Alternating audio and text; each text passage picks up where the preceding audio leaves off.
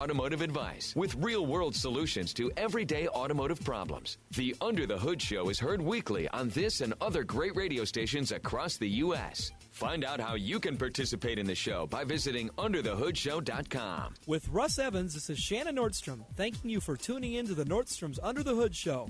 Have a great day, and remember, PTLA. The opinions heard on this program, based on the many years of experience of Russ and Shannon, are offered for entertainment value only and as a guide to your repair needs. No claim to repair or cause is given or implied. Always consult with your own certified technician and follow all safety procedures before attempting any repair. To be a part of the show, call 866-594-4150. Under the Hood is produced by Prairie House Productions. All content is the property of Nordstrom's Automotive Incorporated and may not be used without our permission. Copyright Nordstrom's Automotive, Inc. Now, let's go under the hood with the Nordstrom's Motor Medics. Welcome to the Under the Hood Show from the Autotempest.com studios. All the cars, one search. This is the Under the Hood Show. Russ Evans is here to answer your automotive questions. Thanks for joining us under the hood. Shannon Nordstrom is here to do the same. Welcome, hoodies. Thanks for tuning in so we can help you tune up. I'm Chris Carter here to answer your calls at 866-594-4150. 866-594-4150. And our goal is always to get to your calls as soon as we can. And Dale was calling in while we were starting up here. So let's get right to Dale. Dale, you're on the Under the Hood Show. What can we do for you? Yes, I have a 17 2500 HD Duramax and having issues periodically of going to low power mode. Happens about once a month. One day it happens several times, and I just put the scanner on and clear it so I can keep on going. I've had a few dealers look at it, and nobody seems to know what they're doing. That's no fun. And you got that expensive truck and all that power. Nobody wants low power mode. That's not what we want. Well, they're not going to... Well, 30 to 40 miles an hour, no, nobody wants that. Yeah, they're not going to find it either if it's not acting up at the exact time they have it. So if you say this thing did it 20 times yesterday and you drive it in this morning and it's not doing it, they're not going to have any luck. Did they have it? Were there any codes in this system? When you go in there and you clear it and reset it, are there any codes in there other than reduced power? Yes, there is. Let me get to them. I believe it's P0191 is one of them. Okay. I got to scroll back through my pictures here. And one time there was, I believe it was an ejector code, so they placed the connector there, P127D. Okay. But that hasn't come up. It's always P0191.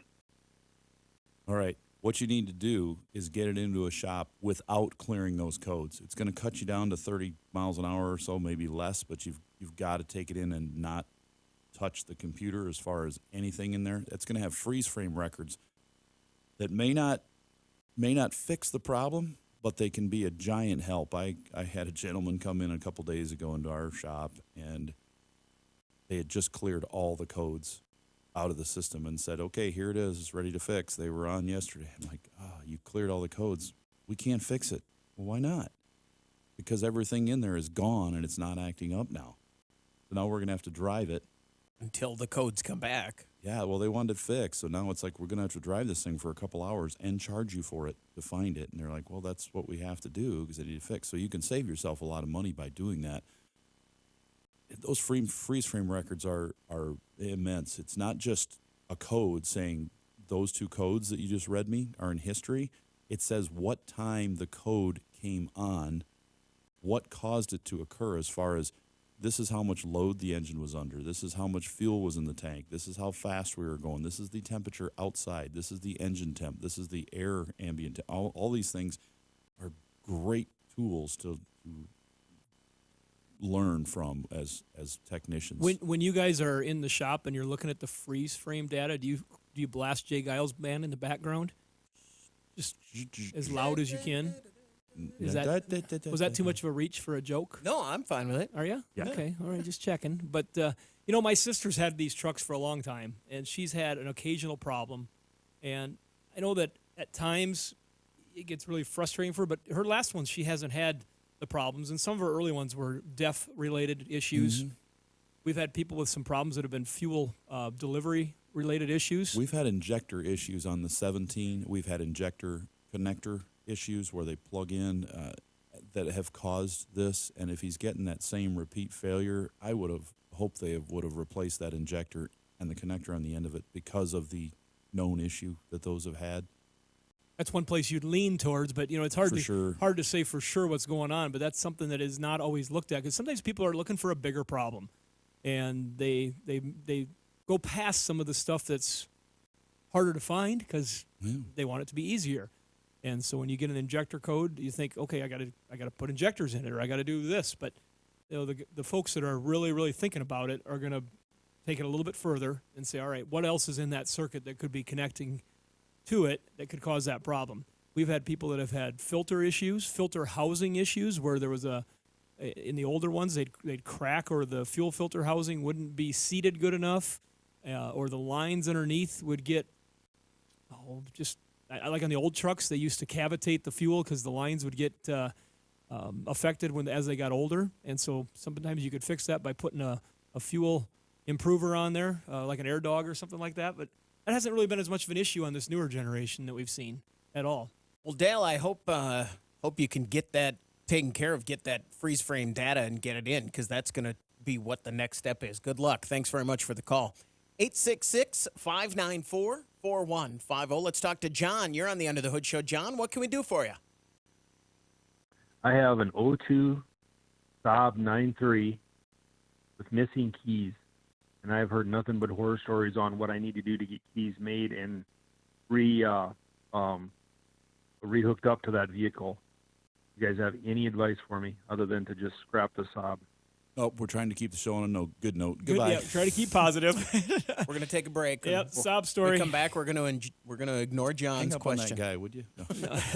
Oh, no. You need to get the only way You need to can find do your it, key. Yeah, find your key, or find another car in salvage that has a key and get all the pieces, including the immobilizers and the keys and the ignition ring, and all of it. You get all of it and you replace it. Is about the only other way you can easily do that. And that doesn't sound easy, does it? I said No. easily do that, and that's not easy No. at all. Well, the car was given to me. It was an abandoned car, and it's been given to me, and can't find the keys anywhere because it was abandoned. And it's in really good shape, but I'm not going to spend $600, $700, $800 and a bunch of time for an abandoned car. Yeah, that's what. I was hoping there was an easy way around it. No, used. That's about what it's going to cost you is $600, $700, $800. Well, in today's world, just finding somebody that has kept that package together. Occasionally on eBay, you'll see I'll call it a private recycler, or somebody that is into a Saab specialty, where they'll know there's this demand and they'll remove everything as a package, and then they'll put it like on eBay and lost your keys. We got what you need, and then they get their $500, $600, $700, $800, maybe bid up to $1,000 sometimes. And you don't know if it runs. You haven't seen it run, right? Recently, so that's another reason. No, to, I haven't seen it run or anything. So Wouldn't that be horrible? You spend all that money to get the keys where you can crank it and do it, and then the motor's got a knock in it. Ooh, that would hurt. Yep. Or the tranny's out. Because it probably got parked for a reason. We buy some abandoned cars for our self-service lot, and it's kind of amazing. Sometimes we find abandoned vehicles that are just fine mechanically, but the majority of them have a problem. There's a reason it was sitting. They didn't just let it hang out on the side of the road for the fun of it. They didn't get a flat tire and say, shucks, we're not going to fix it. It's just you get mostly you find a problem once that vehicle gets fired up. But I don't know. There isn't an easy solution. There are getting to be more and more locksmiths that have some great tools to work with that as technology has evolved. But for some reason, there's certain European brands, the choices that they made in the security side of their vehicles when they made them, made it very difficult. So I don't know that I have a great answer for you. John, thanks very much for the call. Sorry we couldn't get you turned around there. And True Saab story. Yeah. We're going to take a break. When we come back, we want to hear from you on the Under the Hood Show. 866-594-4150. You're listening to the Under the Hood Show.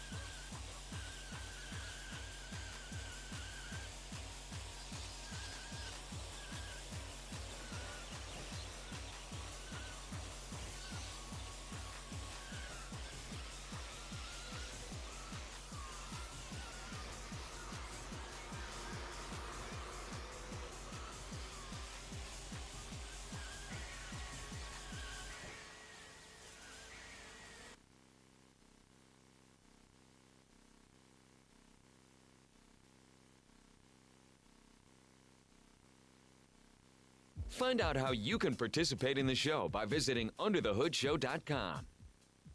866-594-4150 from the Autotempest.com studios. All the cars, one search. This is the Under the Hood Show. Now let's talk to Dave. You're on the Under the Hood Show. Dave, what can we do for you? Morning, gentlemen. I have a question about my driving habits and if I'm doing harm to my car. Okay. Typically what I do is if I come to a stop, or not stop sign, but a traffic light where I'm going to be sitting for 20, 30 seconds, or maybe going through like a drive-through window or something like that, I will put my car in neutral and just hold the brake rather than sit there with it and drive like it feels like it's grinding all the time. And I'm wondering, am I doing more damage by shifting from drive to neutral, back to drive to neutral, or am I better off just leaving it in drive?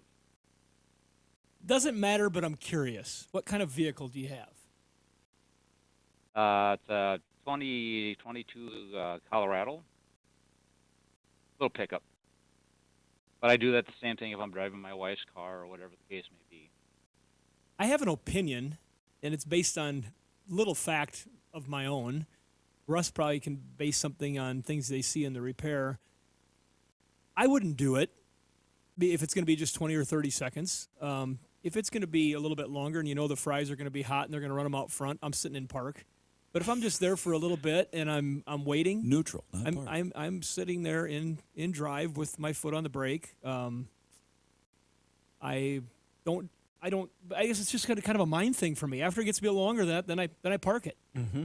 I seldom go to neutral. Well, I don't hardly ever use my neutral, and I'm not saying my driving habits are right either. You know, for me personally, I'm just throwing my pen Throwing across pens the room. around. I'm thinking right about in my eye. our driving habits during our race game in the last thing. They're harmful to our cars. Well, we don't put those in neutral. We got to keep going. So Yeah.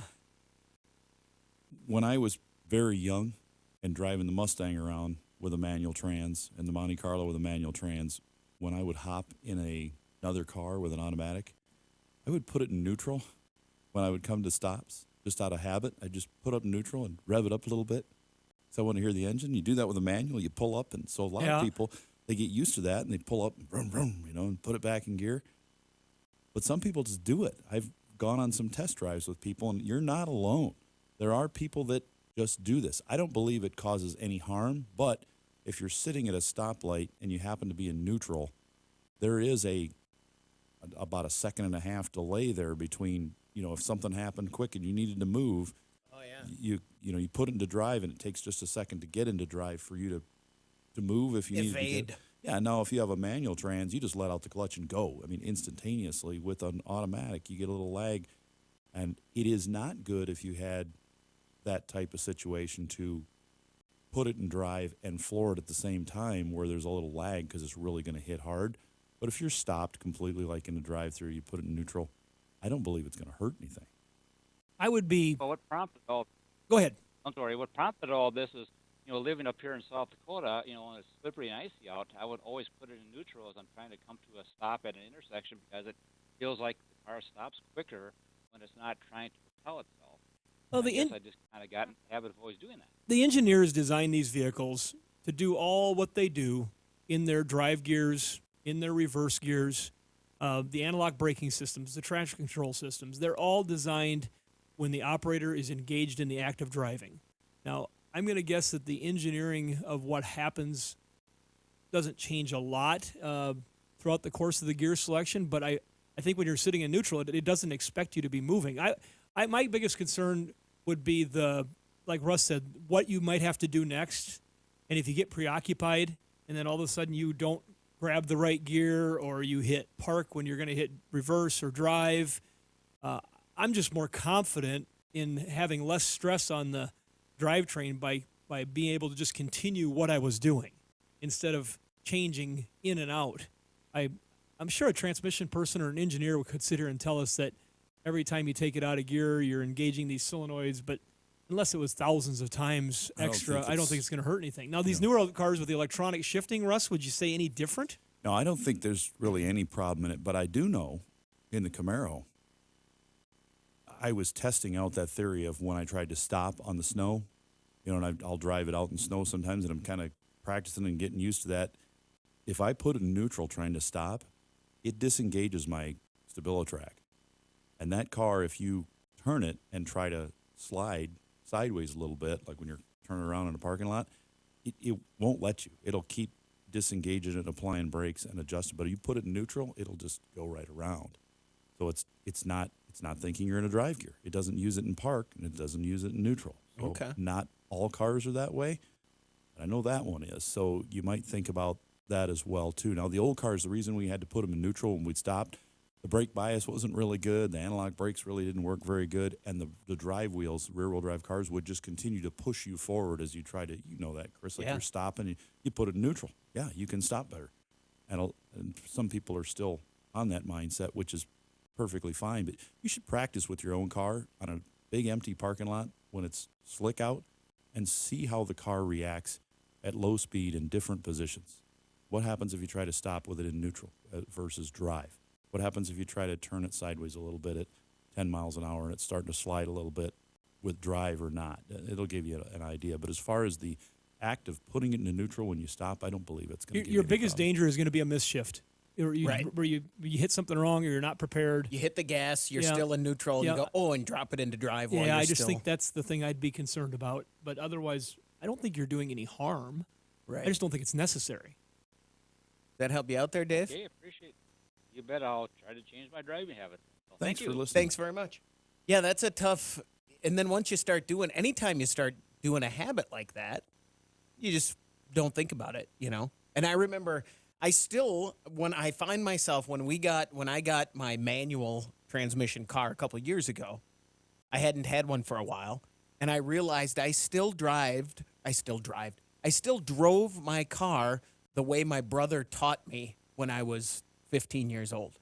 When he was an adult, he was 22, so I thought he knew everything. So everything I did because he taught me that way, and I was still doing it 30 years later. It's time for some new timing chains on your Solstice. Quick summer reminder is that's coming up sooner than we think. Okay.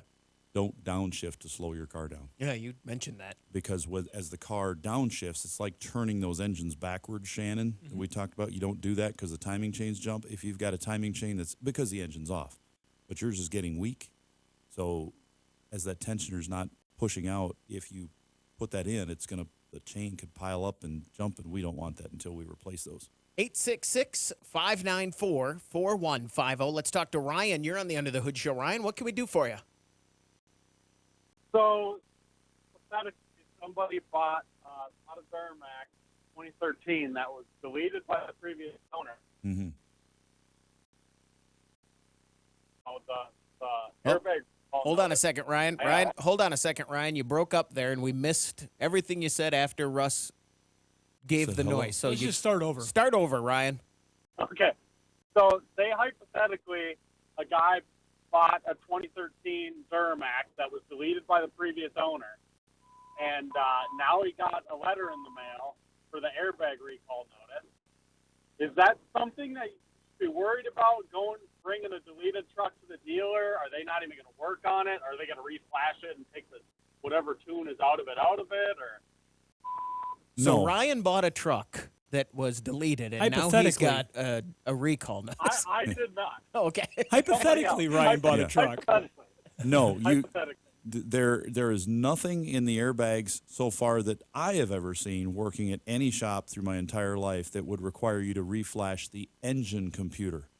Possibly an airbag module, but not the engine computer. But if this vehicle is out of warranty and you've got a recall on that airbag, you have every right by law when you take that in to say, do not touch my engine computer in any way. You can work on the airbags because that's what you have to do. But if you need to do anything with the engine because of my airbags, I need to know about it. And I want that on the ticket, and I want to sign it, and I want to take it with me. So you've got that, because then they're responsible for screwing around with it if they do. Here's but the they long, shouldn't. Here's the long and short of it. The dealers are not making big money doing these airbag recalls. They're getting held up pretty good by the manufacturers to have to do all this and figure it all out and do all the arrangements. And they're not doing extra work to the vehicles because they barely want to. I mean, I hate to say it that Right. way, but they're not excited about doing the work that they have to It's do. not the dealer you have to worry about. It's the emissions inspection guys that'll come. It's Yeah. coming in more and more states all the time, but that'll come. So I wouldn't worry about it. Yeah, the truck is very, very out of warranty. So Yeah. Not too worried about that. No, I wouldn't worry about it. They're not going to be. They don't bring it in and do a full diagnostic look over. They bring it in. Their goal is to get that recall done as quickly as they can. Get that airbag switched out. Like Russ said, they might have to hook up to the system to see if the everything's working correct when they're done. If they need to flash out that airbag module, but they're not going to do any more than they have to. Ryan, thanks very much for the call. 866-594-4150. We're going to take a break. When we come back, we want to hear from you on the Under the Hood Show.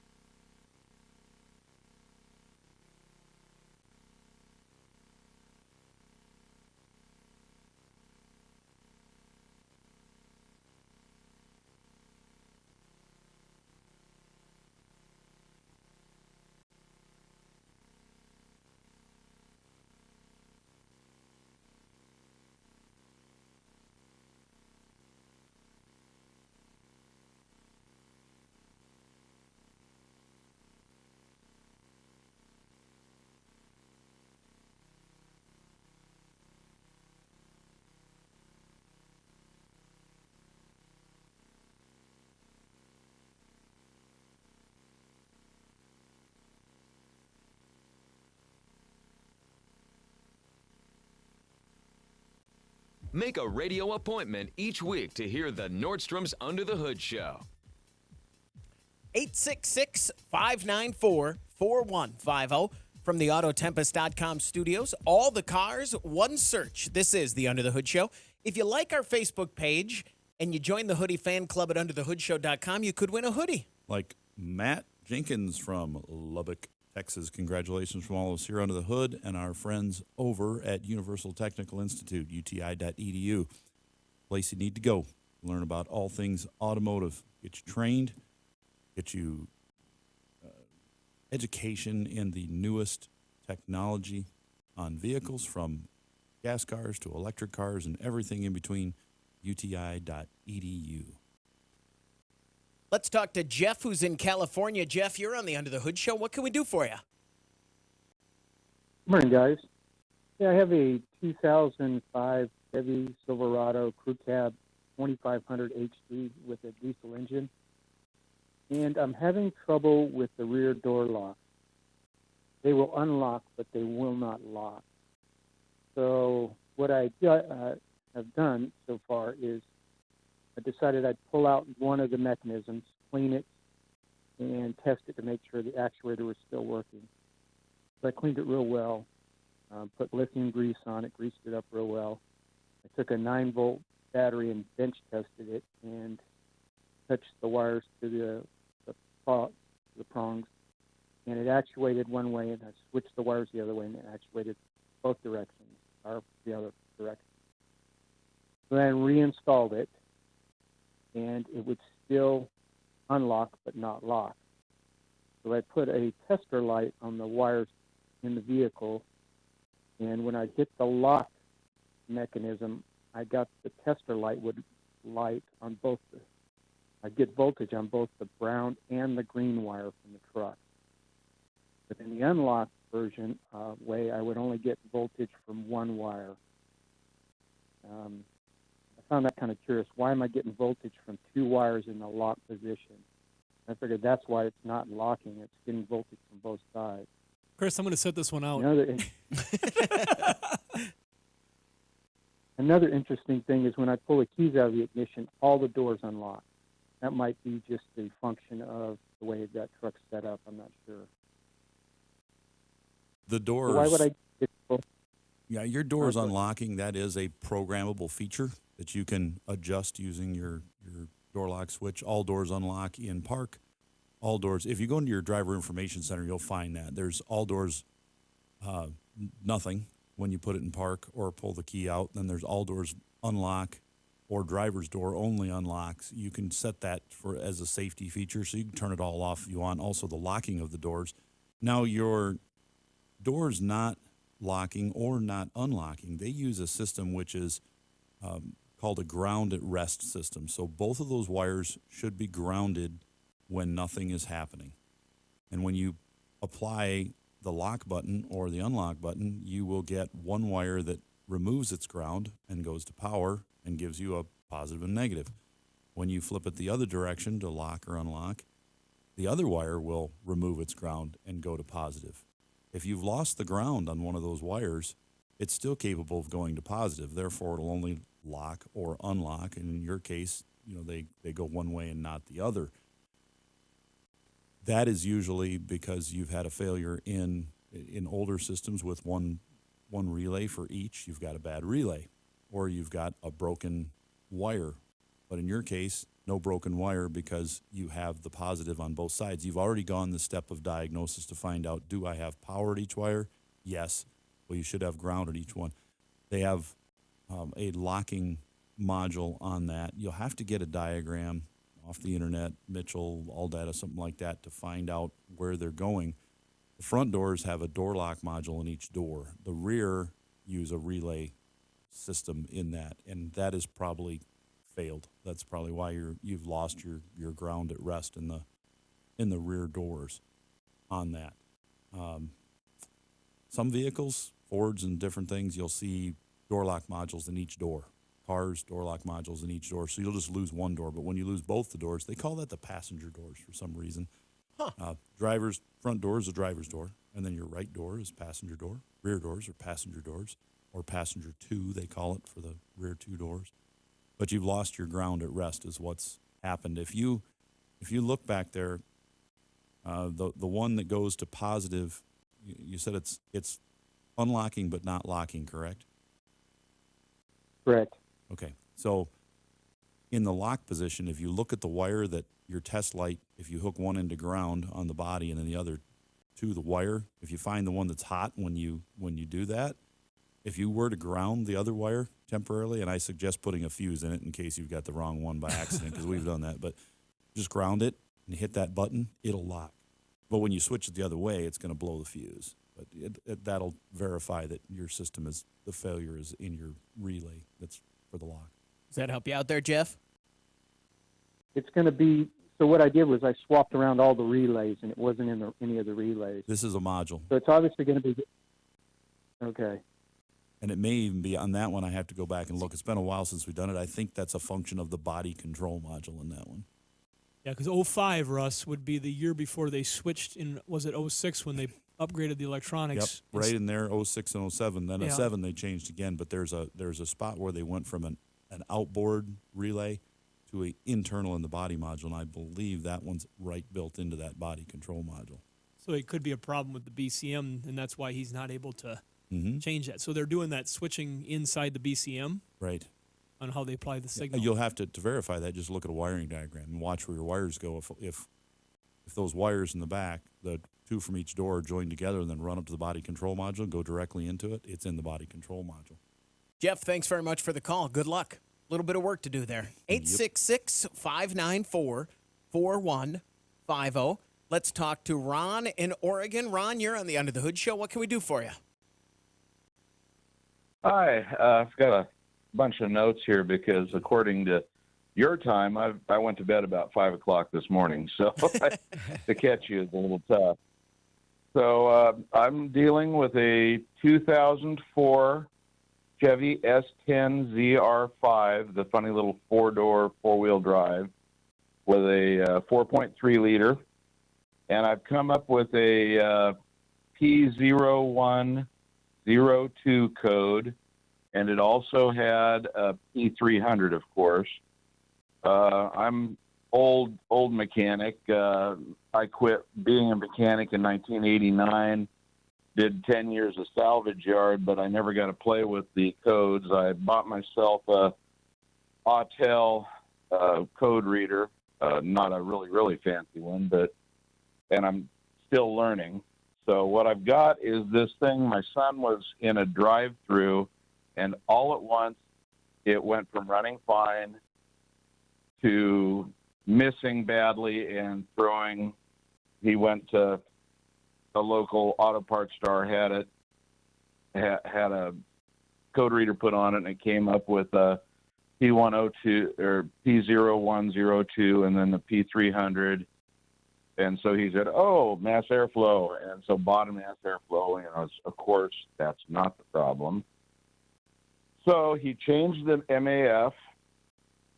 And then what I started checking was what that code would be online in the repairs. So then I checked, and it said an intake manifold leak or a leak in the tube that goes from the mass airflow to the intake. I don't seem to have a vacuum leak. So I checked the sensor wiring. I seem to have a ground. 12 volt is good. And then but I was under the impression from what I read that I'm supposed to see something around 5 volts on the sensor. I'm seeing 2 volts. And then the clogged catalytic converter I haven't been able to check yet. I cleared all the codes. Of course, the P300 went away, but I always had the P0102. Of course, when it starts missing really bad, the service engine light soon starts to blink. But if you bring it up to like 2,500 RPM in neutral, it will go to a solid one, so I'm not worried about blowing the cats. If you're driving it, this voodoo art of holding the throttle load just right, it won't miss if you're above 2,500 to 3,000. Snuck it home because he lives 100 miles north of me, and I have my family used to own a facility, so I wanted it where I had tools and stuff instead of working in the rain in the driveway. And it came on all at once. I then also made sure I had a ground by running a probe into the ground wire and then grounding it to a good known ground, and nothing changes. I was wondering what I might be missing. I would hope that Ron, if he ever does get a good night's sleep, that we don't get to talk to him because he is wired in. Right. That you don't sound tired at all. No. Wow, it's pretty good for early morning. So, sounds like you've done a lot of work here, and the codes you have. Yeah, you're looking for something in the fuel system. But if it came on suddenly, that kind of limits our stuff. If you had a catalytic converter, but you're getting a voltage issue, if you're supposed to have a 5-volt reference, and it says we worked on a 5-volt reference problem yesterday. I never would have even considered the exhaust as restricted because there's no way you could weld the exhaust shut and you won't get a low voltage reference. You wouldn't have that. But any sensor that failed suddenly or any wire that got chafed and shorted partially to ground could bring that reference down. And you bring that reference down, you're going to make that whole system run horribly. It's going to misfire. It may not even run. Maybe a hard start. Who knows what it could do. Just lots of stuff. So I would look at that 5-volt reference. If you're looking at the mass airflow sensor and you're trying to find a 5-volt reference, probe it there, and then go all the way back to the computer, probe it there, and if it's still 2 volts, and you unplug every sensor that you see on your wiring diagram that 5-volt reference is connected to, whether it's transmission solenoid or what, and it doesn't come back up, you've got either a short in that wiring, and at some points, sometimes we'll just cut the wire there as a test, and we'll see if it comes back. If it doesn't, we know we've got a failed computer. And that can go instantly, failed computer in those. They're pretty rare, but that can happen. What's more common is when one sensor fails and brings the whole system down. So the one we worked on yesterday, General Motors product, it was a 5-volt reference problem in the computer. So after we unplugged every sensor and went through tests of everything, cut the wire at the computer, verified there that the voltage was low, we were able to determine for a fact, yes, this is bad. Now we need to find one. So it's going to take some time. There's no easy shot, but that's what we would go with. All the things you gave me, I would head after that low voltage reference first to find out why it's not where it's supposed to be. Ron, thanks very much for the call. Good luck. S10 coming back, you think? Ever? They've got too much success with the Colorado. I don't think so. They went right to Blazer. They never put an S on it. Maybe a Colorado that says S10 edition. At one time, they did make an electric S10. Yeah, we had. So maybe they might have somebody with an inkling to that in their realm, and they come up with a E10. A diesel heater. How about an E10? There you go. Ooh. I like it. We're going to take a break. When we come back, we want to hear from you. We're going to Mississippi next. 866-594-4150. This is the Under the Hood Show.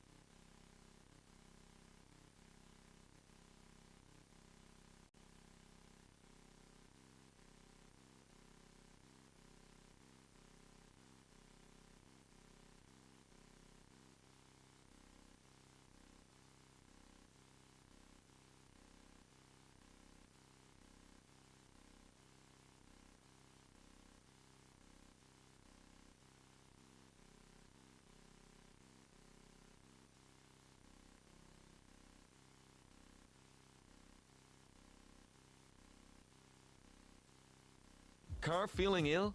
Don't want to spread it to your wallet? Call the Motor Medics now for free advice. 866-594-4150 from the Autotempest.com studios. All the cars, one search. This is the Under the Hood Show. Let's go to Mississippi and talk to Terrell. You're on the Under the Hood Show. What can we do for you? Yeah, I got a 2019 F-150. Change the oil in it every 3,000 miles, and that oil change light, it seems to since I've had it, it's come on about 3 or 4 times. You know, so is there any kind of way to reset that thing, or to go around at 3,000 miles? Well, we talk about this a fair amount. I'm glad you called and asked this question because we don't mind reiterating this either. What motor you got in there, just for fun and for us to know? 2.7 turbo. 2.7 turbo? Okay. So that motor that you have in there is the small version of the EcoBoost, and it is a very high-featured motor, is what a term you'll hear people use. It's got lots of timing chain action going on. It's got these tensioners. It's got phasers. It's got turbos. It's there's a lot happening on that engine that the engineers maximize their ability to get as much power as they could out of that 2.7 turbo. And when they engineered it with highly engineered oils to protect it for the long term. And so it's important that you keep those timing chains lubricated. It's important that you keep those phasers lubricated. And it's important that you do it on a consistent basis. And we talk about the engineers kind of having this battle with the marketing department. And, they want to make things easy for customers to drive and own. They want to keep the cost of ownership low. And so they will sometimes have a stretched out, what they think is acceptable on the edge. We would sometimes say on the edge of acceptable oil change interval. This vehicle, as far as I know, unless something changed, does not have an intelligent way to actually physically check the oil. It's all being done off algorithms that are programmed into the computer, and they'll do some things with driving habits and different things. But we still want people, if you're going to really worry about this stuff, if you're looking at this vehicle being a long-term vehicle and you're not just going to be taking it to the edge of warranty and then trading it off for whatever it might happen to be, which a lot of people are keeping vehicles way longer than they used to. We were in a rental car this last weekend that was a 2018 with 67,000 miles on it. Apparently they haven't been able to get their replacements because you never see rental cars with that many miles on them, nor usually 3 or 4 years old. So just jumping into the subject, that oil change interval, using the correct highly engineered oils with the correct API grade, some of that can stretch out in the right conditions to 7,500 miles. If you're doing, I'd say, a lot of highway driving, you're getting that thing cranked up to heat on every drive cycle or the majority of the drive cycles, you can get these things where they'll stretch out with the highly engineered oils to 7,500 to 10,000 miles. The manufacturers on certain vehicles are saying 10,000 miles. They're saying 7,500 miles. But I think if you're doing what most normal people do for your driving habits, and you're also in an area where there's high humidity, as the temperatures change and such, you're going to get a lot of condensation inside that engine, and you want to bring that interval down. I think that 3,000 is too low, probably. You're probably overchanging your oil. 4 to 6, somewhere in there, would be a range that would be probably more acceptable based on whatever your driving habits are. And I don't know that there's a way you're going to be able to get that oil change monitor to cooperate with that. Correct, Russ? From the dash, I don't believe that a 2019 F-150 allows you to do that. You may be able to do it with a scan tool in the settings, in the maintenance settings. There are many cars that are built today, though, that have that ability right in the screen. I put a video up on our YouTube channel yesterday about a 2017 and newer Subaru Forester. That system is very interactive. You just touch the info button and then maintenance on the screen, and it pops up oil filter, oil for the engine, transmission fluid, brake fluid, power steering fluid, and tire rotation. And you can set your intervals? And you touch it, and then it says set the mileage you want it to come on and the date you want it to come on. So you can put them in individually, hit go, and then it comes up. And you may say, I want it to come on at 5,000 miles or this date. When you want to move the date around, some cars, you put in the mileage and it just automatically figures the thing out. But I really like that type of system. Does that help you out there, Terrell? Well, yeah. It's good. I'm trying to think. I'm thinking, this thing is kind of bullish. It's changing my oil. I know I got to clean oil in, and then finally decides to come on. So I was just wondering about this. Here's something you can do. When you change, every time you change your oil yourself, just reset the oil life monitor. Even though it's not time to come on yet, it'll reset. So, I got you. You know, if you change it at 3,000 and that thing's going to come on between 5 and 7,500 or 8, whatever it is, just when you change your oil today, just go ahead and do the oil life reset, and then it's not going to come on until the full time. Change it the next time, reset it again, so you're always ahead of it, and then it won't come on and bother you. But I think he'd probably just as soon it did come on when he wants it to come on. Right. And that's where you're saying maybe programmable. We just, you're not 100% sure on the 19 F-150, but you might look into your owner's manual and just see, maybe there's something we're missing here on a certain year model that they've done something different than what we've seen in the past. Thanks very much for the call, Terrell. Good luck. 866-594-4150. What's caught your attention in the automotive world? What's caught your attention in the automotive world? I just lost it now. Oh, no. Yeah, I had to. Because when we started the show off, we kind of like to have something ready, and we asked Chris, do you have something ready? And he said, I do. And then we had calls, which we love. Mm-hmm. I got a question for you guys. So fuel prices are increasing. I read an article just this morning, and it said people prepared to drive less this summer because of high fuel prices. I don't know if I necessarily agree with that. If I have a camping trip that's going to cost me normally $120 in fuel to get to it, and I want to take my family camping, am I not going to? Let's say the price doubled. It's $6 a gallon instead of $3. Say this out loud. I'm serious. No kidding. Don't tell anybody this. Would you not go on that camping trip because now instead of $120 you're paying $240 in fuel? No, you'll have to figure out where else you're going to save, but you're not going to cancel that trip. Most likely not. I just disagree. I look around, and every time fuel goes up, it seems that we don't see less people driving. We see the same number of people driving. They're just paying more, and they're griping about it, but they're still doing it. I'm going to disagree with you a little bit there. You and I have talked about this. We actually looked at this the last time gas prices were up.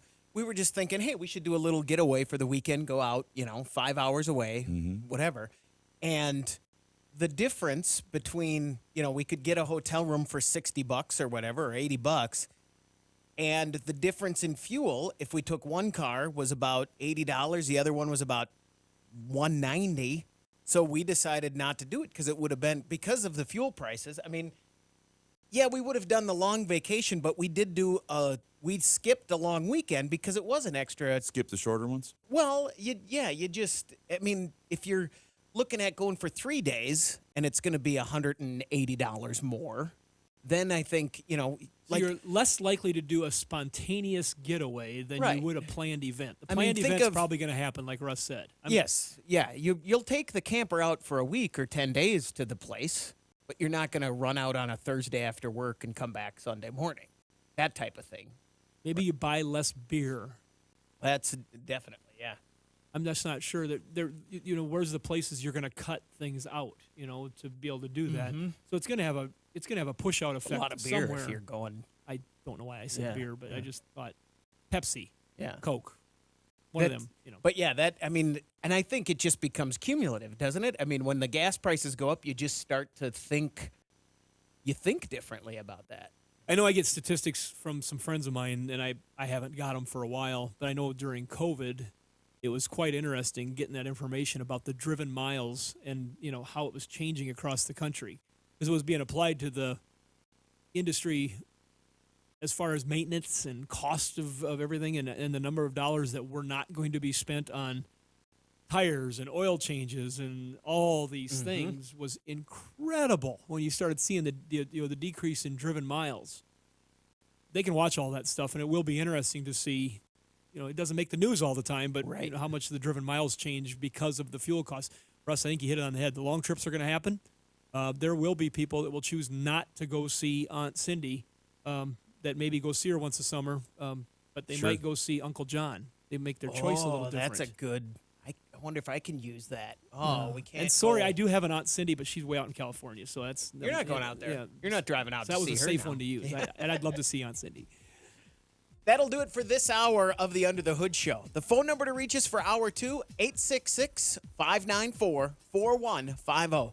The Under the Hood Show is brought to you by Sturdivants.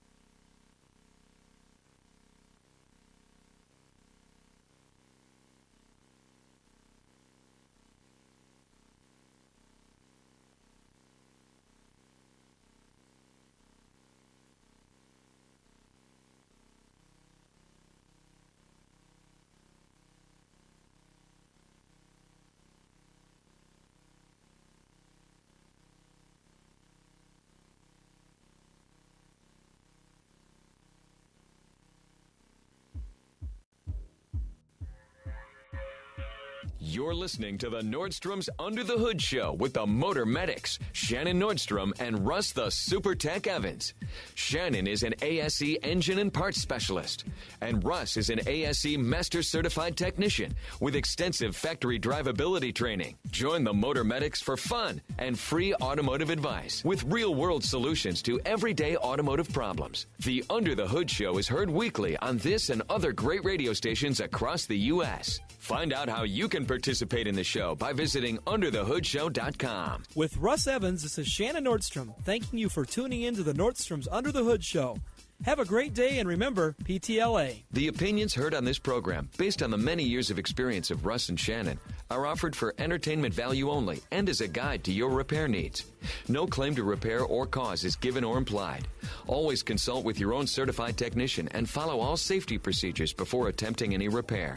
To be a part of the show, call 866-594-4150. Under the Hood is produced by Prairie House Productions. All content is the property of Nordstrom's Automotive Incorporated and may not be used without our permission. Copyright Nordstrom's Automotive, Inc.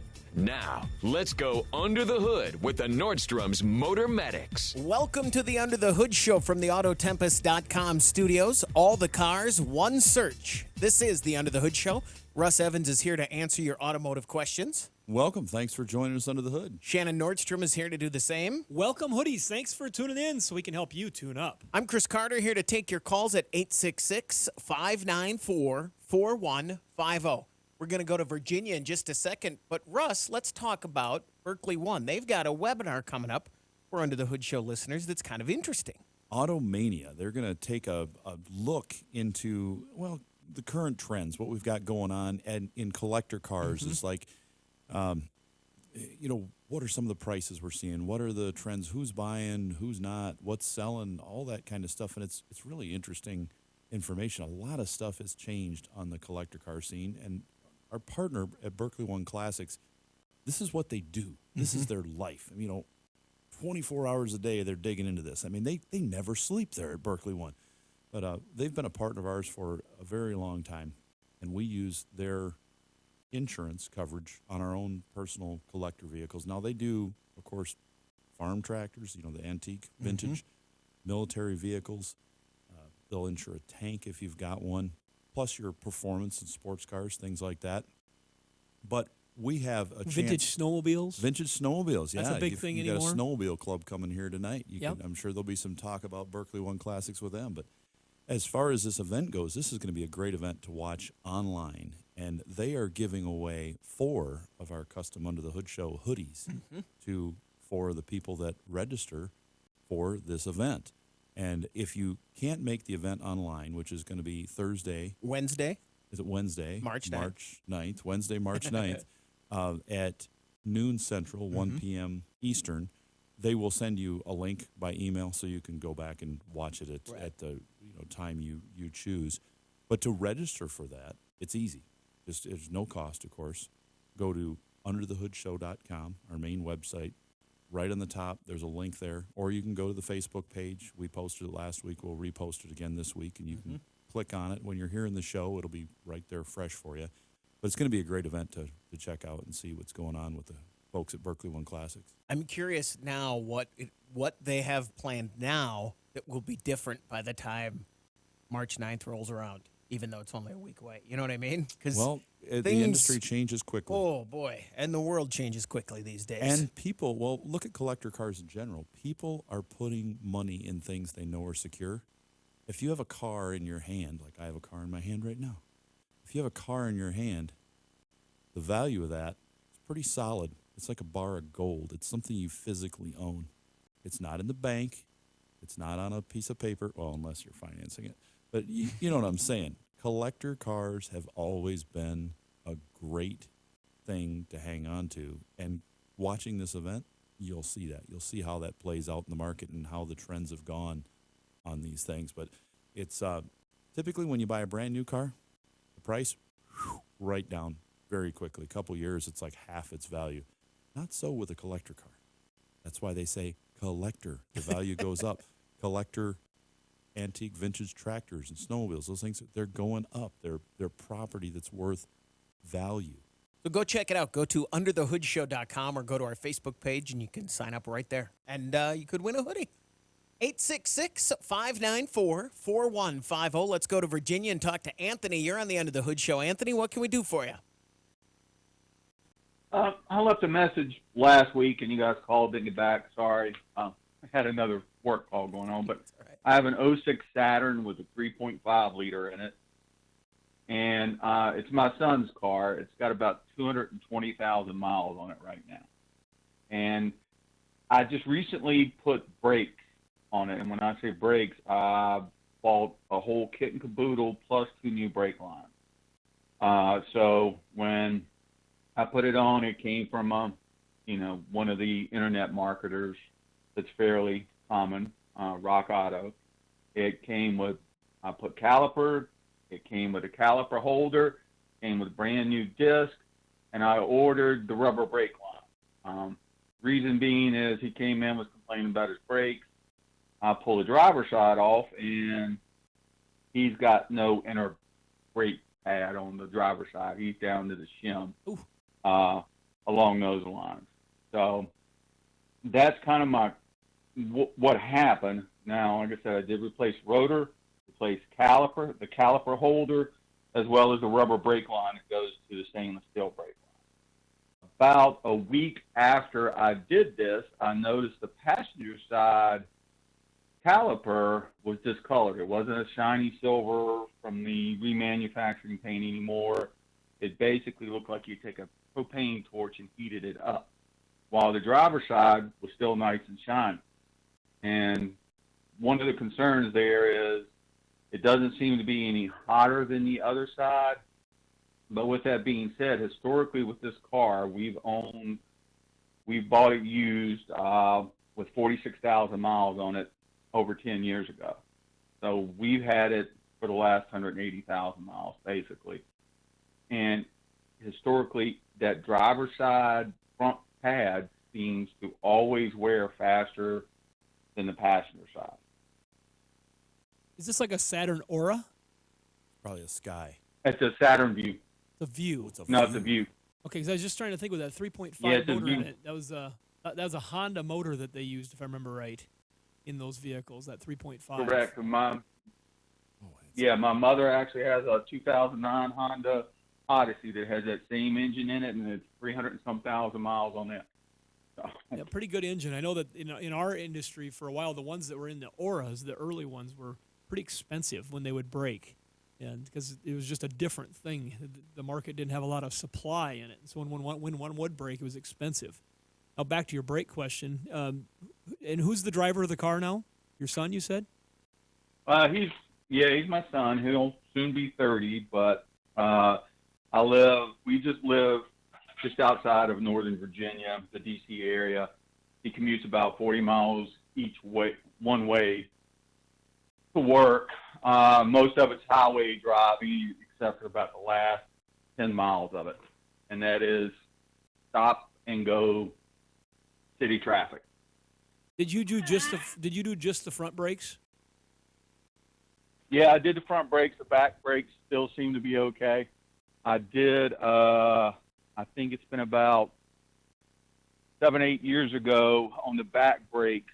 I did have one of the cylinders leaking on the back passenger side. I replaced the cylinder, put the brakes back together, and everything still seems to be working fine. Not a whole lot there. I'm just, to me, the car's a little heavy up front with that 6-cylinder in it.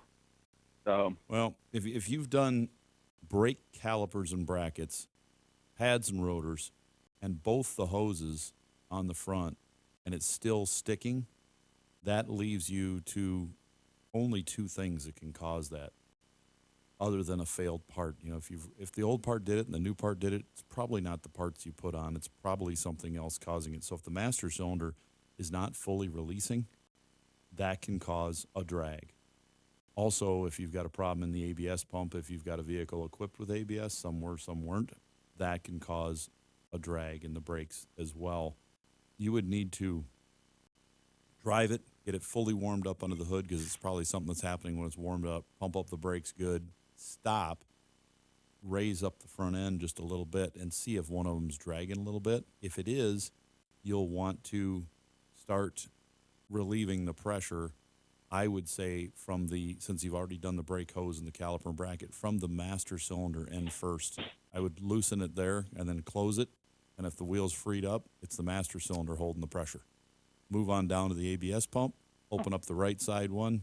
If it frees up, then it's at the ABS pump. Then you move your way out and see where what's holding the pressure back. And we had one we worked on a few months ago. It had the wrong master cylinder on it for at least a decade. This thing would go through front brakes. Like once a year, they were putting new front brakes on it, and they couldn't figure out why. And after I drove it, I went, they're just too tight. Something's not quite right. They weren't burning the brakes up, but they just felt like they were dragging. And he was losing. He said, this thing just doesn't seem to get the best mileage either. Yeah, he's probably losing a couple miles per gallon. You remember the codes on the Suburbans and the Tahoes, Shannon, on the brake booster and the master cylinder? They had to match. Oh, sure. Yeah. When you sell them, you had to get that right code. Well, they had the wrong code, and it was just a little too tight. And when I loosened up those two nuts holding the master cylinder to the booster, I loosened them maybe a 1/16 of an inch, and the pressure went away. Well, we got the right one on there, and once we did, not only have the brakes not worn at all, but he says, hey, my mileage, I picked up a couple miles to the gallon. I said, well, that makes sense, because if you're driving around with your foot on the brake all the time, very slightly, you're going to be causing drag, like driving into a heavy wind. Does that help you out there, Anthony? Yeah, it does. It's actually the original master cylinder in the car. We've never changed the master cylinder. Could be stuck the inside. Only thing I will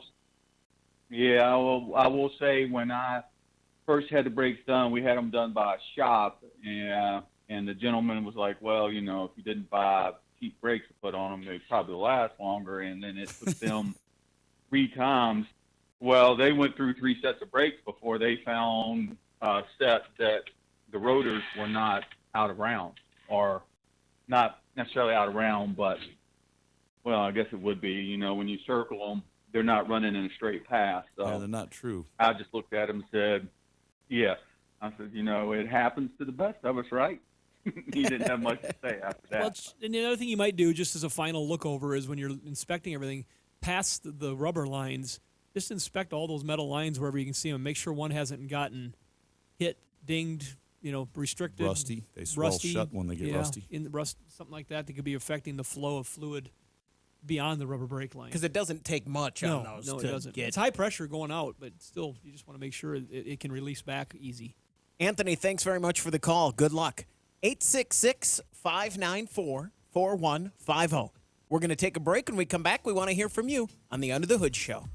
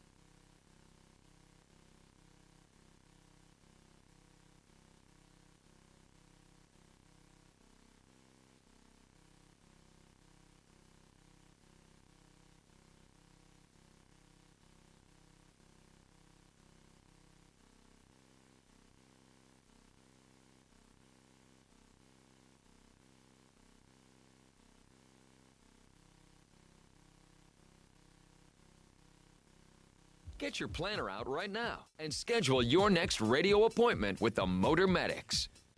866-594-4150 from the Autotempest.com studios. All the cars, one search. This is the Under the Hood Show. Let's talk to John. You're on the Under the Hood Show. John, what can we do for you? Yeah, good morning. Thanks for taking my call. I just have a simple question. I've got a 2014 Corvette with the automatic, 6-speed automatic. I use it I bought one of those range units for it that deactivate the AFM. Have you ever heard of any detrimental effects or problems that using a range unit would cause? You mean not using the AFM? No, there's really there's really nothing in there other than you're running the chance of, that locks and unlocks the lifters as you drive in order to shut that off. And if you leave them in one position forever, like you leave anything in one position, you're going to gum them up with oil. So if you went back to trying to use them, you could have a problem. Those cars and all cars that have the AFM, they had a few issues with some of the lifters in some of the cars for all manufacturers, but it really wasn't every lifter in every car, and people just get into their mind that they have to deactivate that system to prevent a failure. The biggest failure with them was when General Motors had oil spraying up as a bypass underneath into the cylinder and causing cylinder wear. It wasn't, and they fixed that right away. There was a kit for it, and then they fixed them in the next year. That was in that 07 to 13 generation, right? Yeah, it's been like a decade ago. So, but people are now still saying, I just got this truck with AFM. I've got to deactivate it. It's like, how many miles are on it? 175,000, but I don't want to ruin this engine. It's like, if it's gone 175,000, it's probably not going to quit tomorrow. So, on my own car, I don't have it deactivated. I use it. I like it. It saves me fuel, and I just keep the oil changed when I should change it, not when they recommend it should, because that thing comes on. I think it comes on every 8,000 miles, and I ignore that. I just reset it and change the oil more often. But as far as not using it, if you're going to turn it on and never use it, you're likely going to sell it to somebody who's fine with it not working either. But I sure wouldn't reactivate it. If I had it turned off for 5 years, I don't think I'd be too excited to turn it back on after sitting that long, because you might have an issue then. So keeping it in V8 mode with that unit is not going to hurt anything. It shouldn't, because it's just it's just disabled. But if you go back to trying to use it, it may lock in the disabled position where it's running poorly. So once you've done that for a year, I wouldn't go back. That's just my thought. John, thanks very much for the call. Yeah, you would hate to, especially if it's working as is, just roll with it, right? Yeah. Yeah. It's just, if you're not, I don't have to say anymore. Russ kind of nailed it. Mm-hmm. 866-594-4150. What's caught your attention in the automotive world? What's caught your attention in the automotive I'll tell world? you what's caught my attention. Thanks for setting yourself up. Ford is streamlining its business model to maximize profits. This is from the news, by the way. I pulled this article. The automaker announced plans to spin off its electric vehicle business into a separate entity called Ford Model E. The goal of the split is to capture some of the investor enthusiasm that has gone to the exciting new EV startups while continuing to tap into Ford's century-plus experience in the business to drive growth. The traditional combustion engine business will also get a new name, Ford Blue. I did hear this announced. Okay. When you say that, I did hear it, but I didn't dig. I had a conspiracy theory when I heard it. Oh, yeah? Yeah. You want to hear what it was? Heck yeah. Yeah. It doesn't work. Just blow it up. Right. You still got the other one. Yeah.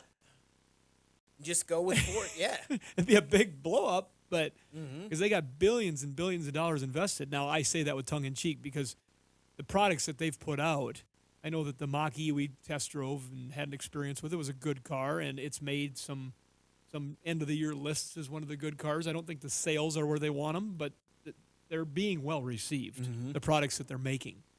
And as the conversion of people continues to take place from internal combustion to electric, because it will in many sectors and some other faster than others, you're going to see people just accept that car even more. So I think that somebody in the accounting division won that battle. It said, let's separate Said, these guys, two out. we gotta, we gotta see what this is doing. How much money? If we got all this money going towards this, how much are we reclaiming from this? That they want to know profit and loss from that venture, and it's hard if they start crossing paths with their accounting streams between the two different entities or two different types of business. Right. There's many reasons why they would do that, but that's quite interesting. And you would think if someone's been pushing for it for a while, this would be a good time to do it with the F-150, and let's do it now instead of back when we were still prospecting everything 3 years ago. The demand that they have for the electric F-150 is through the roof. And so whether that's a sustainable demand, they'll find out or not. But there's been reservations are all filled up as far as I know. I mean, right away. Here's one that came in from Facebook. Hey guys, if I have a flex fuel vehicle, can I use E85 for as long as I want? Do I have to alternate to regular fuel? Can I theoretically use the flex fuel until the gas prices come down? You can put whatever if you have a flex fuel, it's going to run anywhere from 0 up to 85%. Mm-hmm. It's going to be less than that. The actual pump, 85% is more like 55. But you can put it in there and leave it in there as long as you want to save fuel, but your economy is going to drop when you start getting over about 30%. 30% is the magic number. I run E30 in my vehicles. Flex fuel, I even run them in the ones that aren't. We can't suggest that you do that, but I do it for the octane, and I've been doing it for years and don't have the problem. Shannon does it in his. But if you've got a flex fuel, the question here is, can I use the flex fuel in there forever? Sure. You could buy it. I've seen people buy them day one and run E30 in there or E85, and that's all they've ever used. And I tell them, well, if you're running 85 in it all the time, you're going to be better off economically just to run the 30. I was on a road trip the other day, and from our area, I was stopping to get gas every so often, as you do when you're on a road trip. And I noticed one of the brands of gas stations I stopped at, they used to have the E85 would say 55% up to 85%. They now, on their stickers, each pump, every one of them, I stopped at 3 different stores, they said the E85, and it was on there hard. It wasn't like a piece of paper. It said 70%. This fuel contains 70% ethanol, which is something I haven't seen. I haven't seen them say that before, so that surprised me. And I've seen a number of them that way. Most of them will say contains up to 85%, and then you see the national average was about 55. But there are more pumps now as these, let's just call them, what would you call the people that own the gas station, like a Casey's or a BP or something. Quick Trip in my case, yeah. Place that has their own blending going on, or they're blending on site. Yes, they know for a fact what's going in there, so they can just stamp it and say, boom, this is what's in it. And sometimes people test that stuff to see, but they could be concerned about a truth in labeling type thing too. Maybe there's been some noise in that. Who knows? I think we're going to see, there's a move towards they got all this big electric stuff, but the world runs on fuel right now. And we're going to see the immediate thing we can do is change our fuel at home, and there's probably going to be a lot of changes over the summer in fueling. Who knows what's going to happen with biofuels and ethanol as summer goes, but it's readily available. So I don't know. I think at some point we have to be really seriously taking a look at homegrown products. I mean, that's just right now. Or home drilled, whatever you do it, it's got to be here. Homegrown products here in the United States, we have to be looking for that. And the ethanol blended fuels are one of the premier showcase items that we have in our country that can do that. It's just it's something that we really need to pay attention to. Fuel, I think right steel, now, the way the world's going. Cars, TVs, refrigerators. We're going to take a break. When we come back, we want to hear from you. The phone number to reach us, 866-594-4150. You're listening to the Under the Hood Show.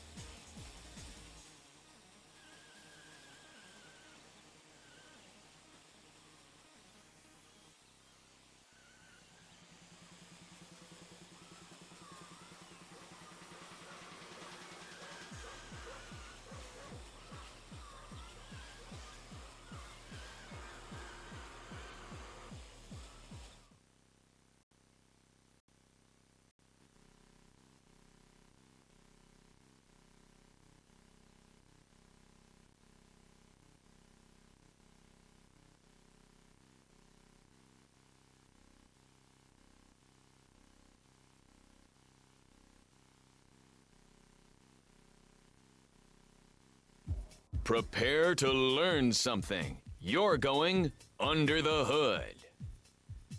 866-594-4150. From the Autotempest.com studios, all the cars, one search. You're listening to the Under the Hood Show. If you follow us, subscribe on YouTube, and join the Hoodie Fan Club at UnderTheHoodShow.com, you could win a hoodie. Like Steve Wright from Watertown, New York, congratulations from all of us here at Under the Hood Show and our friends over at Universal Technical Institute, uti.edu. Get a new career. Get a new career. Get trained up. Be an auto tech or welder. Get your kids doing it. They got a NASCAR tech. You can learn about these new cars. They, get some people to figure out that independent rear suspension because it sure looks like they spin out really easy when they break stuff. They're having some trouble there, yeah. Yeah, their toe links are breaking. But you hit things, they break. Oh, yeah. I think that might be by design. Don't quit hitting things. I think, the drivers need to figure it out, I think. Because that rear axle in the back used to be held in by these links, and they'd bump the wall, and the whole thing would shift to one side, and it'd still keep going. They were dog tracking a little bit. It wasn't handling quite as good, but now they hit that wall, they're breaking stuff. And Towed in. Even the best of them, Chase Elliott, how many times did he spin out at Fontana? I didn't watch the whole race. We were coming back from Colorado. Gotta put some wedge in her. He spun out a number of times.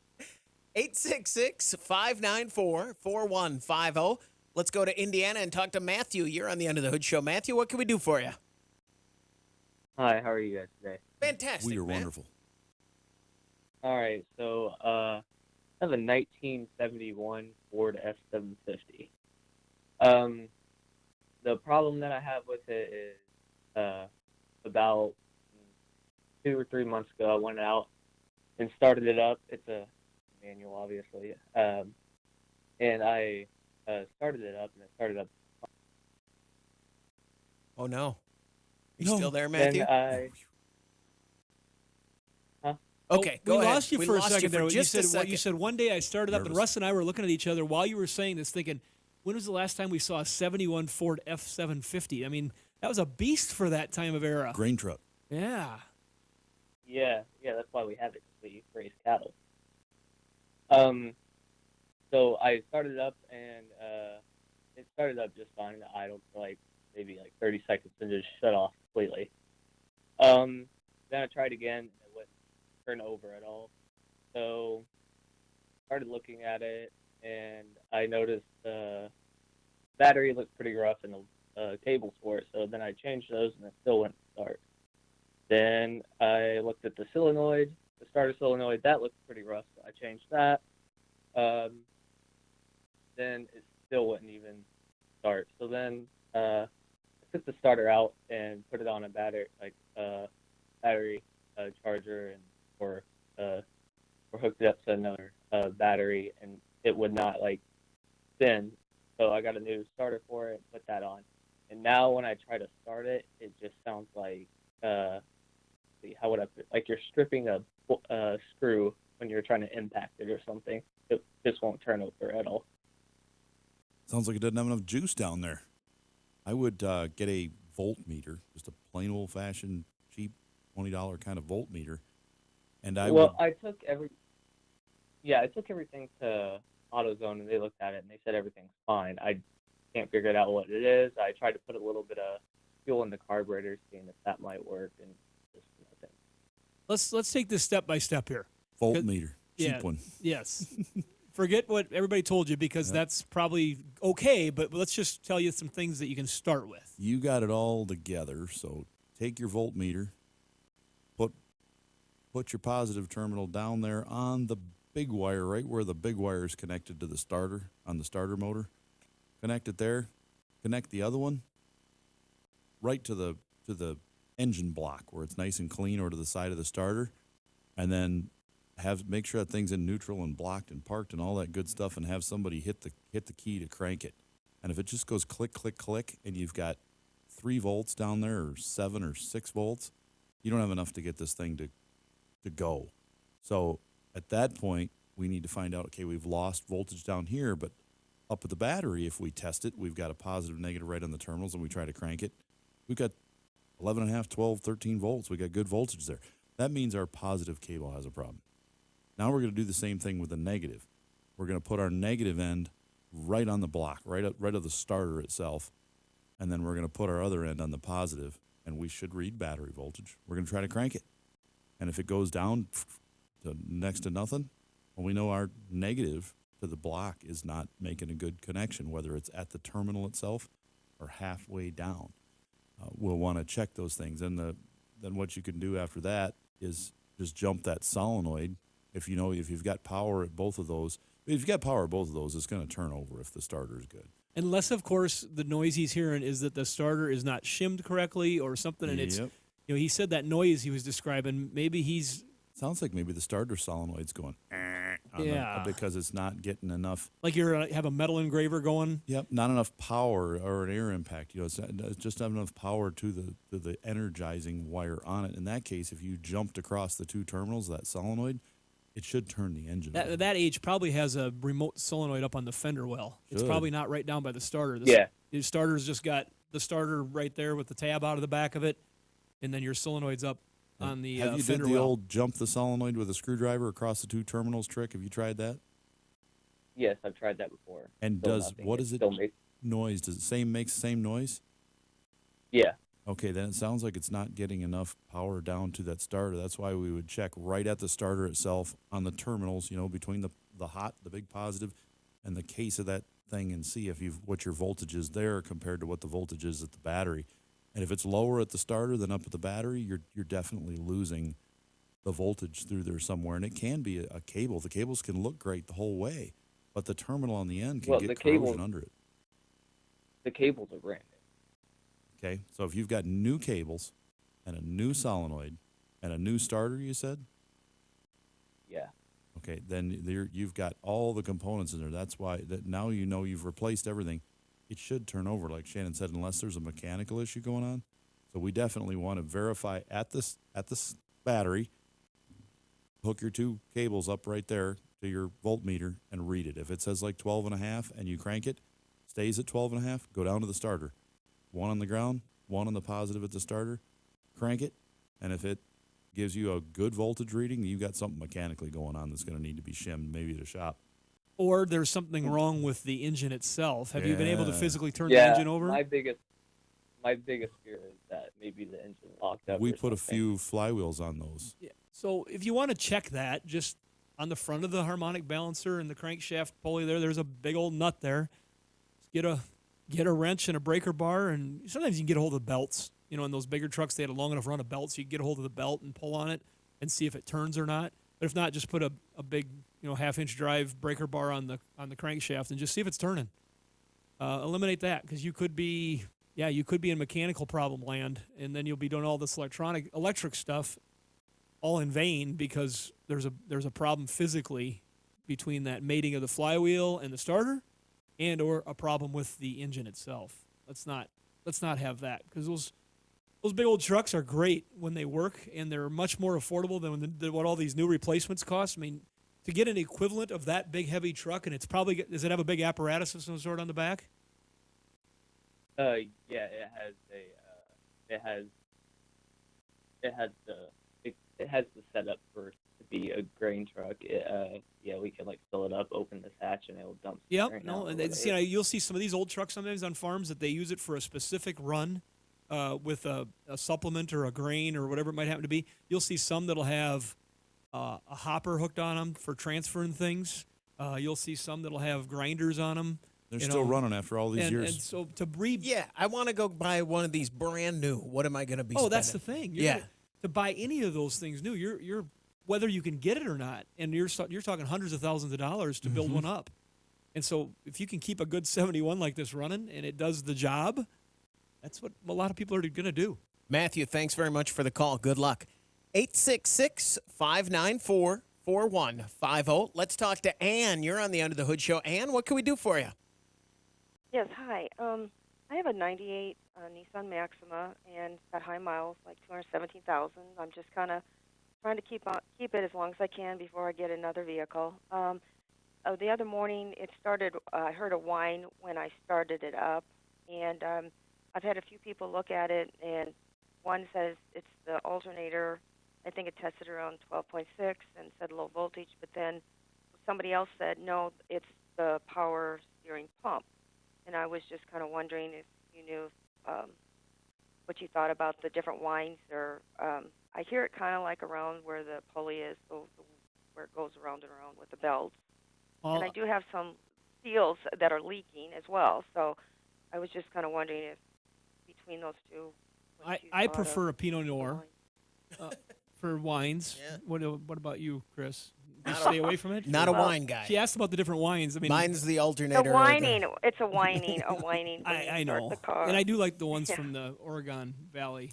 Well, it's hard to tell. I mean, with a wine like that, you got to look at the ground. Is it a red or a white? Because the power steering fluid, some cars use the red, some use the white, the clear. I have the red. You do have the rear, so I have the red. I ruined this with wine jokes. Yeah. So it's just. Well, if we have a wine and we have red on the ground, that just sounds horrible. You don't want to spill it.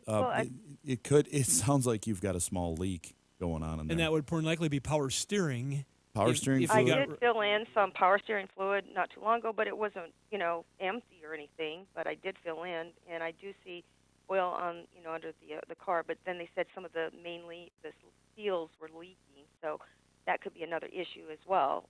I'm gonna back up a little because I did make a joke just to have some fun, but I want to help you. That car now, after it started making the noise, did anything change on how the car operates? Not really, and it seems like it goes away when. Well, I hear it when I accelerate, like when I'm going or pushing on the accelerator. And it seems like if I, just get up and speed, maybe I won't even hear it. Well, so here's the things on that belt system that are going to make noise. You can have a belt tensioner or, a belt mating surface that gets worn out and it starts making a noise, but that's not going to come on as suddenly like what you said when you started it one morning. Was this the first time you ever noticed it make this whine? Well, no, it's like now I started it again, and it's after it you do hear it a bit after it starts running. So my hunch is based on what you're describing that it has something to do with the power steering system. An alternator, Russ, you can jump in here, typically is going to be more consistent with a noise if a bearing start going out of it. All speeds. And it's going to resonate through the RPM range. And a power steering leak in that era of car, well, all of a sudden you have, let's say the rack and pinion's got a leak in the boots on the end of it, the seals on the end of it. Eventually it starts, hemorrhaging a little bit of transmission or power steering fluid, which looks like transmission fluid in that car. That doesn't have to get down a lot, and the pump will start whining, cavitating, because its reservoir gets just a little bit low. It doesn't take much. But with higher RPMs, and once the system gets going, it gets some of that fluid back into the system, and that noise will go away. Prolonged doing that, you do start damaging the power steering pump, and then you need a pump and a rack, because the rack's probably what started it, by the rack and pinion steering having that leak, or a high pressure hose or a low pressure hose on the rack and pinion getting a leak, then eventually causing the loss of fluid just a little bit, and then it starts beating on the pump. And so you want to be able to check out both those items. But my hunch is that it is the steering, just based on what you're describing. You could try some of the conditioners, like our partner Justice Brothers makes a power steering conditioner, and you follow the label on that, put that in. We've seen that quiet down some systems, but when they get bad enough, you can't repair when the rack gets a big leak in the seals. That just is pretty much done. And in Ann's case, with this car, this old, you go ahead and try a few things before you. Yeah, a power steering conditioner sealer might be worth a try if that's where it's coming from. And thanks very much for the call. Good luck. We're going to take a break. When we come back, we want to hear from you on the Under the Hood Show. 866-594-4150.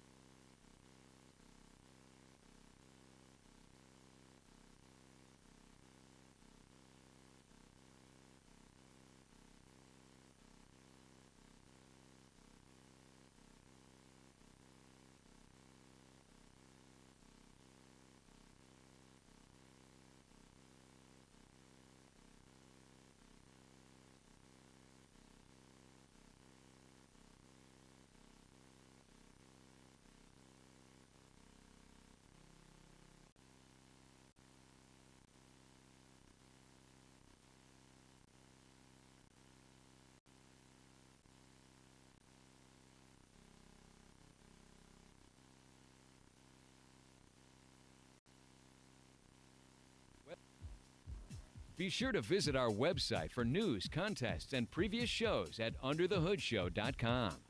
Welcome back, everybody. It's time to get back under the hood with the Motor Medics. 866-594-4150 from the Autotempest.com studios. All the cars, one search. This is the Under the Hood Show. Let's talk to JJ. You're on the Under the Hood Show. JJ, what can we do for you? Hey, guys. Got a friend that married a gal from Kiev. They were living in Kiev. They're driving a Fiat from Kiev to Bucharest, Romania. Got a flat tire. Actually convinced truck driver to come out and tow it into a city that they stayed in western Ukraine. And what's happening to their Fiat is, to my understanding, is it's a dry clutch, and because there's so many people trying to get into Romania that the transmission's overheating, and I don't know if you guys would know much about the Fiat, but but it's stop and go driving. It's kind of like the previous caller. They were told to put the transmission into neutral to try to save it. Yeah, so what's happening, I can only imagine what model Fiat this is. I'm familiar with a lot of the foreign cars like that they use. They're not, a lot of these models are not even sold in the United States, but a lot of them are older as well. And the cars you're going to find in Europe like that, Fiat, Triumph, any of these things that have just a plain old, dry, old type clutch, they build up a lot of heat under there in these little 4-cylinder cars. And if you're in stop and go traffic for a long time, I know with my Triumph, if I would be trying to just drive through our downtown on a weekend, which would take me about 10 minutes from one end to another, I drove in there hot, I'm stopping, I'm following traffic, waiting for people to back out, and that clutch pedal will start to stick. It'll jam, and eventually you can break the clutch linkage or the clutch hydraulics because it's getting so tight in there, and they're supposed to be taken apart and lubricated from the outside on a regular basis, but they're not. So let's say you are in this scenario where you are in stop and go traffic and you want to save a clutch on any car, and in this situation, you definitely want to keep the car moving. In the worst case, you should be able to put it in gear and, push it, crank it, get it going down the road so at least it's moving and you can shift it without using the clutch. But if you're stop and go, sometimes you don't get the chance to go again because you're jammed up. Yes, keeping it in neutral and reduce all the stop and starting as much as you can, whether that means falling back further or being in a different lane or something where you can. Sometimes if you can be in one lane that's going slower but keep it in gear and you're just idling in that gear longer than having to shift in and out because you're in a little faster lane is a little better because you can keep I'm going to say something dramatic. Find a spare tire, a tire land somewhere, and make a little bumper on the back and let the person behind you, if their car is operating well, push you in neutral for a little bit to keep the heat down. Yep. Or if I was in this case, I may not care about my bumper. You might just put it in neutral gently push me in neutral to let my clutch cool down for a while. Yeah. Yeah, for sure. Because what's your friend's name? Kelvin Jones. There's an article in the Rapid City Journal either yesterday or the day before. You can read them online. One thing I probably forgot to tell you was it's an AMT transmission. I don't know. It's kind of a transmission that's more in Europe, I think. We've been contacting through Facebook, so but he's got a lot of people praying for them, and you can read the story online at the Rapid City Journal, and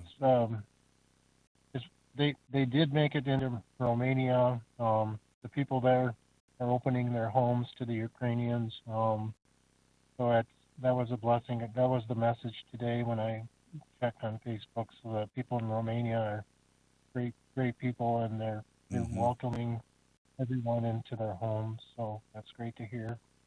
Yeah, we have, most people are familiar with listening to the Under the Hood show in the United States, but we actually have quite a large audience outside, and not compared to the United States size, but we have quite a large audience throughout Europe. All pretty much every country over there, when I look at our stats, has at least some people that are listening. So I'm just going to...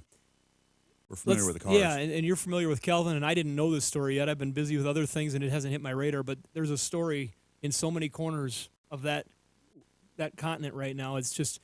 Nordstrom's Auto Recycling. How many customers we have so many Ukrainian customers, and they've got family back in that homeland, and your heart just bleeds for them because of what's happening. So as hoodies, we can join together in prayer. And so our Father in heaven, we just offer safety for these people that are having such a hard time.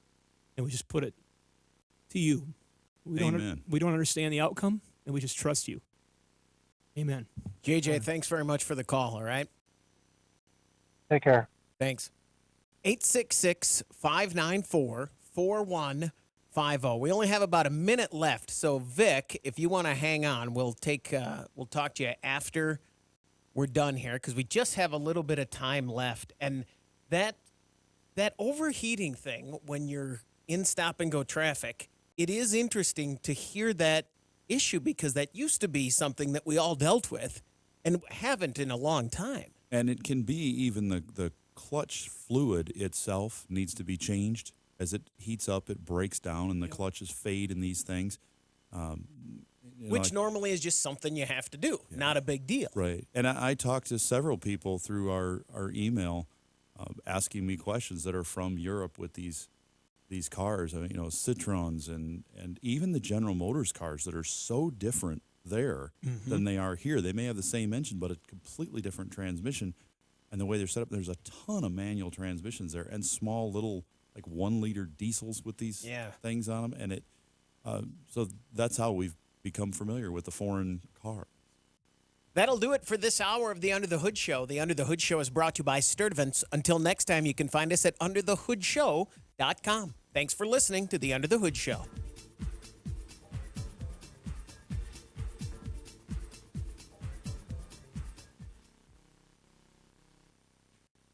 All right, this is the Under the Hood Show after show. Let's see if Vic is still there. I'm going to answer this in the show. Let's talk to Vic. You're on the Under the Hood Show. Vic, what can we do for you? Good morning, guys. I just wanted to share quickly, Mayor Ten Haken in Sioux Falls was talking about recently about electric vehicles. And I'm a big fan of Teslas, as Russ is, I know. And I remember reading a couple years ago a town in Indiana, population 7,000, Bargersville, Indiana. They bought a Tesla Model 3 to try it out and see how it would work. This was several years ago. And it worked very well. And they decided to replace all their police cars with Teslas. And they said that the main thing they have to do with them as far as maintenance is very little, but the main thing they have to do is just replace the brakes from time to time. So I just thought that was interesting, and I just wanted to share that with you guys. There are less maintenance of certain items that are not existent in an electric car compared to a gas car, petroleum-fueled car. But there are a number of things that are starting to fail as they're starting to age in the fleet. We mentioned that our partner Dorman Products is starting to supply some of these parts. We're starting to see problems with air conditioning, like the heater control doors. They still have those. Things that broke in gas cars are still in the same in the electric cars, a lot of them. And let's call it a heater core, just so people understand what it is, but a heating element. It's like a bathroom heater, a space heater. Instead of, they don't have the same heat, so they use this, and they run heating elements in a lot of electric cars.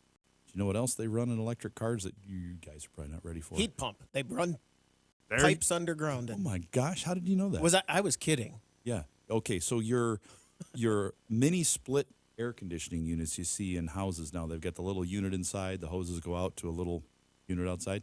They're putting these in a lot of the cars now.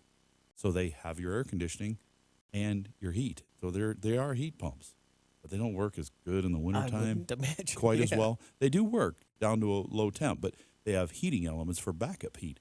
So they're running those kind of things. Those can fail. Just like my geothermal sense in the house, I've got an electric backup in front of my geo if something goes wrong. Yep. So you know those things are items that can fail. It seems like every product made, eventually there's like, we made this to never fail, and you won't have any problems if you buy this compared to the old style. But yet there are things. So it's going to be great for the people working in the automotive world.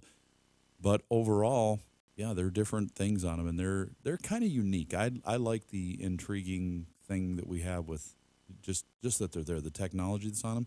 Like we said, the world goes around on petroleum right now, whether it's biofuel or gasoline or diesel, whatever you got, and it will for a long time. But it's going to be an interesting, I would say, throughout the rest of my career as a mechanic, I'll see a big blend of both of them. I'm not going to see a point where we just don't see any gasoline cars coming in anymore. The New York Police Department also has got a big old fleet of electrics coming. Contributor Ron had sent me a cutout of what the next, police car is going to look like. Oh, okay. Yeah, look at that. And so there's a, it's coming, but you're right though, as far as those normal intervals where they had the guy in the shop that was always there, changing the oils and doing all that work.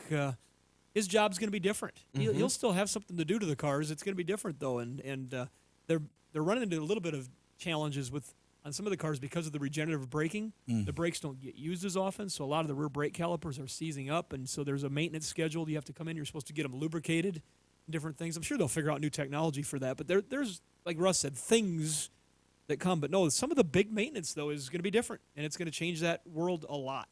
Vic, thanks very much for the call. All right, let's talk about the Berkeley One thing again. Yeah.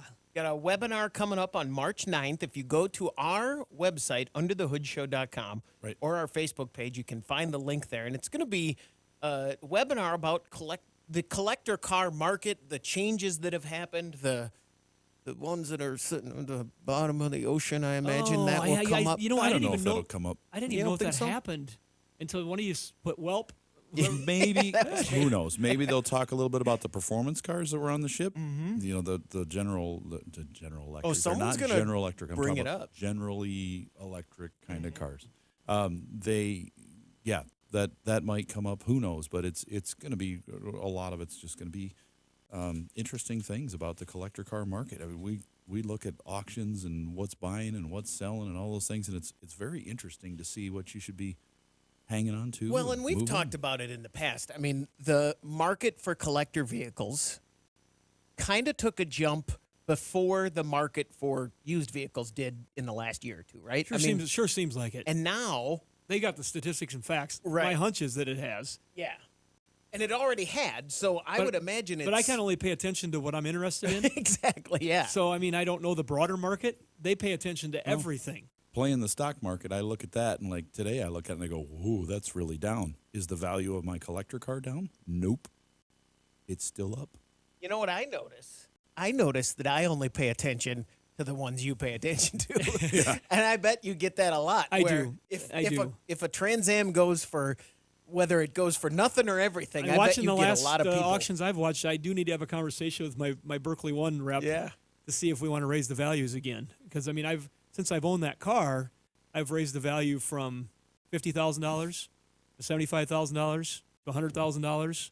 They're going up. And I think the next step that I'm going to probably ask for the value increase, I'm not sure what because you pay a little extra as the value increases, but it's probably somewhere now between 125 and 150. Yep. And I'm getting closer to wanting to sell it. If you check out there you go. Chris, are you game? You want to buy it? Yeah, I'm in. So when you register for the event, though, we're going to draw, Berkeley One Classics is going to draw they're giving away 4 of our custom hoodies. Yeah. So, and if you can't make the event, which is next Wednesday, March 9th, am I got that right again, Chris? All right. Yeah, I got it right. You register for it. If you can't make it, no problem. They'll email you a link so you can watch it anytime. So no problem there. But you could win. That's a good quick way to win one of our hoodies. And a good way to kind of learn that market, too, like you're just talking about. It's a good entry point to go, oh, okay, here's what's going on here. Yeah, like I said, you watch, just yesterday, I was putting a bid in on a vehicle that came from one of our auction opportunities or bidding opportunities, and it was somebody's 56 Ford F-100 that was completely customized and retro-modded, and somebody had spent lots of money on it, and it got hit on a trailer. And so they're looking at it as a total loss possibly and asking for a salvage bid, and that's a different kind of salvage bid to give. Right. Because you're looking at something that when you jump onto different websites, you don't know what the quality looks good, but you can see those trucks advertised from as low as $25,000 that look pretty good, as high as $187,000. Just yesterday when I looked, like on Autotempest.com or other sources. So the range in there. Okay, let's take the outlier. Maybe that 187 is somebody that really doesn't want to sell it. They're more advertising it, and if they get lucky, right, they take it. But maybe that 125, maybe that 75. You don't know what the degree of that value is. So I don't know the situation on this vehicle at all. None of it. But I would sure hope that whoever owned that truck, this wasn't a Berkeley vehicle, but I would sure hope that they had an agreed value on there, because when you look through, they sent me a laundry list of everything that had been done to that truck. And oh my goodness, right down to every stainless steel bolt, you would want to have an agreed value on that vehicle. And that is what we're talking about as far as learning about this everything. Just that market is so wild and so hard to understand. And as they are a partner of ours and you guys use them, I was having a conversation the other day with someone on one of the nice days I had taken my car out, and they were like, oh yeah, April 26th. I can't wait.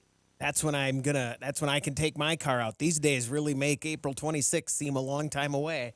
And I said, here's an option for you. And I directed them over to Berkeley One to say, hey, you can get the coverage that stays on it. And they had never heard of that idea. They were completely flabbergasted by it. So by agreed value. Yeah. No, by having and year-round coverage. Year-round coverage. Well, how many times, Chris, have you told me this last season, I was taking my car out and, your battery's been dead. Or else you text me and say, you think it's okay to take my car out today? I'm glad you didn't that one day. But it's been 5 or 6 times throughout the season. And I tell you what, if you're in that, I wish that one day I hadn't thought of it, because that would have saved me a whole you want to 2 get weeks out. of bummer. And there's people out there like this guy got hit on a trailer, unless, God forbid, he didn't have coverage. But what if you're tempted? If you knew you weren't covered, you'd be like, I'm just going around the block. It's nice. I just pulled on Main, and boom, somebody is flying along, and you're like, I'm not covered, am I? Nope. And I got a no insurance ticket. Oh, now I got to pay more. I got to pay an increase because I had no insurance, even though it wasn't your fault. And the other person had no insurance. So what now? You lost your car. Yeah. So this webinar is called Automania, right? March 9th, Wednesday. It's at noon Central, 1 Eastern. And if you can't make it, we'll send you the email link for it. And if you register using that link, you're going to be registered in the drawing for one of 4 hoodies that they're giving away from the End of the Hood show. If I didn't have coverage the other day, I would tell myself I would never do that. Like what you just said. I'm just going to take it around the block. I would not do that.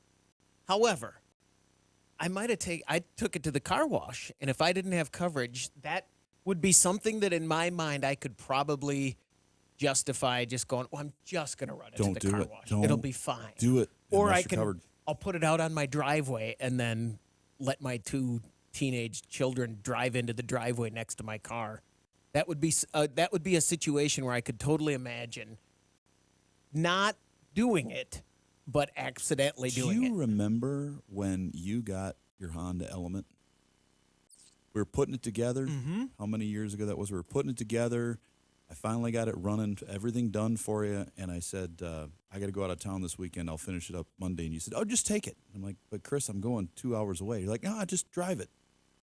And as I was driving it along, you remember I almost totaled it out? Yes. So I left an auction up in Echo, Minnesota. Do you remember that, Shannon? I just remember that when you drive other people's things, we need to learn to be more safe. Yeah. So I leave this auction, and I had just spoke to a gentleman who had come from California with a trailer to pick up this old Mercury that he was in love with. It was like one of Was it a Cougar?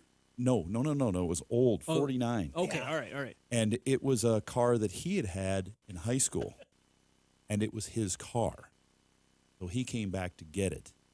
He found it, saw it at the auction, wanted to buy it. He bought it, loaded it on the trailer. I found the doors for a Model T. I had put them in the back of your Element, and I left. And my wife calls and says, "We need some milk. Can you get some milk?" And I'm like, "Well, this where they live is out in the middle of nowhere." So I'm like, "Oh, I'll head to the grocery store in Echo." Well, it was closed. If it was open, I would have missed the whole thing. But it was closed, so I went, "Oh, great." Hop back in the Element, and I'm driving on the highway.